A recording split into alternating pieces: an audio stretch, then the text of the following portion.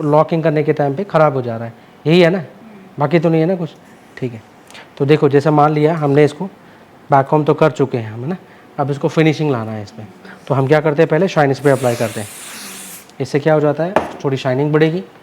दूसरा tell com हमने ये वाला लेना है इसे, ठीक है, बारीक गैप का, ये वाला नहीं करना है, इसमें डिस्टेंस ज़्यादा है। तो सबसे पहले हम क्या करेंगे, कॉम देखो, अगर यहाँ बैक कॉम का फ्लफ हो रखा है तो यहाँ तक आपकी लिमिटेशन है, यहाँ तक आप कॉम कर सकते हो। तो जब मोटे बाल होते हैं तो हम पैडल ब्रश का यूज़ कर लेते हैं। ऐसे थोड़ा आगे पकड़ा, यहाँ किया, थोड़ा आगे पकड़ा, यहाँ किया, थोड़ा ऐसे पकड़ लिया, श्रिंक हो गया। ध्यान दो मेरे हाथ पे, ये टेल कॉम नीचे से लगा रहा हूँ और नीचे से ऐसे हम पकड़ रहे हैं, समझ रहे हो। तो इससे फ़ायदा क्या है, इधर से अंगूठा ये वाला पोर्शन कंट्रोल कर रहा है और इधर से हमारी ये फिंगर कंट्रोल कर रही है और इधर से थंब कर रहा है, ये हो रहा है। तो ये मैनेज तभी होगा आपसे जब आप कॉम यूँ करोगे, इसने खींचा, फिर बाल हाथ ने पकड़ लिया, फिर इसने खींचा, फिर तुरंत आपने यहाँ पकड़ लिया, देखो आ गया कंट्रोल में।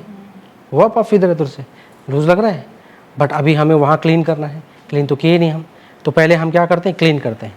तो सबसे पहले हमने कॉर्नर के लिए क्लीन, यहाँ से आप स्लाइड कॉम चलाओगे ऐसे ऊपर ऊपर, डीप नहीं जाना है, और जो भी आप फ्रिजनेस निकालते हो बाहर कर देना है, रोकना कहीं नहीं है बीच में। फिर नीचे से कॉम किया, हाथ की ग्रिप जमाई। फिर हमने अपोजिट से भी किया, कॉम लाए, अंगूठा हटाया, ये यहाँ आई, फिर नीचे से कॉम किया, फिर ग्रिप बना दी।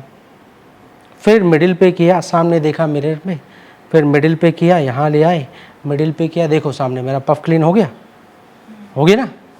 तो सब कुछ क्लीन करने के बाद फिर देखो मेरी टेल कॉम कहाँ गई, नीचे, और फिर मैंने वही किया और हाथ से नीचे पकड़ लिया। बट अभी तो मैं रूट से काफ़ी दूर हूँ ना, तो फिर मुझे एक बार और कॉम करनी है और रूट के नियरेस्ट पकड़ना है। पकड़ लिया, हो गया श्रिंक, कॉम किया और नीचे श्रिंक करके पकड़ लिया। देखो ये अंडर कंट्रोल है और ये भी अंडर कंट्रोल है। अब पफ मेरा क्या है, पूरा क्लीन है। थोड़ा बैलेंस करना है, जैसे कि यहाँ पे थोड़ा नीचे लग रहा है तो हमने नीडल टेल कॉम ली और यहाँ से इसको उठा दिया, हो गया बैलेंस। थोड़ा सा यहाँ पे किया, और कहाँ पे, यहाँ पे, थोड़ा यहाँ पे, जहाँ जहाँ आपको लग रहा है कि मेरा पफ थोड़ा सा डाउन है, ऊपर कर दो, ऊपर है वहाँ पे कॉम कर दो बस। और ठीक है, अभी तो ठीक लग रहा है हमारा पफ, तो तुरंत उसके बाद क्या करना है, होल्ड स्प्रे। अभी हमने फिक्स नहीं किया, बस पकड़ लिया, कंट्रोल में है ये। अब मुझे क्लीन कर लिया, बैलेंस कर लिया मैंने, तो मैं होल्ड स्प्रे मार दूंगा ऐसे, आगे की तरफ, थोड़ा पीछे की तरफ, और या तो ऐसे ही ढेर सारा आशीर्वाद क्लाइंट को ऐसे।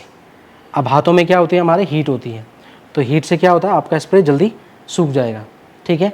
और आप ऐसे भी कर सकते हो, फाइनलाइज कॉम ऐसे, ठीक है। बट इसमें आप लोग घबरा जाते हो, फिर मैं हाथ खोलूँगी, सरक गया, इधर हो गया, वो तो तो इसके लिए सिर्फ आप ऐसे स्प्रे मार देना और यहाँ का बाल यहीं तक ही लाना, हाथ मत हटाना अपना, ठीक है। इतना तो कर सकते हो। अब आगे जब स्प्रे सूख जाता है तो वो कड़क हो जाएगा, हिलेगा नहीं, फिर बाद में हम आराम से कर सकते हैं। यूँ इतना ही खोलना है हाथ को, ये देखो, बस यहीं रखा हमने। अब पिन करनी है। अब पिन करने में क्या है, यहाँ पे ये मैंने सर्कल यूँ बनाया है, ऐसे रखा हाथ को, ऐसे नहीं रखना है। ये देख रहे हो मेरा अंगूठा ये ऐसे दबा रहा है स्कैल्प में, ठीक है। मुझे एक पिन यहाँ लगानी, एक पिन यहाँ और एक पिन यहाँ, या सिंपल से मेरी 2 पिन में काम हो जाएगा। देखो मैंने एक पिन ली यहाँ से स्कैल्प पे रगड़ते हुए, ये सीधे इधर गई, यहाँ से यहाँ। अब उधर के लिए मुझे टेल कॉम लगानी है यूँ, और इधर आ जाना है, और एक पिन हमने यहाँ से और यहाँ, ए टाइप लॉकिंग हो गई है हमारी, दैट्स इट। अब तुम्हें लग रहा कि नहीं ये थोड़ा लूज़ है, इसका भरोसा नहीं है, तो एक से भले 2, फिर हमने एक पिन और लगा दी यहाँ से स्कैल्प का सपोर्ट लेते हुए, और एक पिन हमने यहाँ से और लगा दी कि जी अब हमारा पफ कहीं नहीं जाएगा।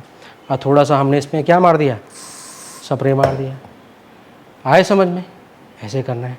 अगर आपको लग रहा है थोड़ा सा बैलेंस रहता है तो ऐसे हाथ का कर्व बना के और इसको बैलेंस कर लीजिए, हो गया सब हमारा लॉक। आए समझ में, इस तरीके से आप पफ को श्रिंक, बैलेंस और लॉक करते हैं। आए समझ में आपको, आए समझ में आप लोगों को भी।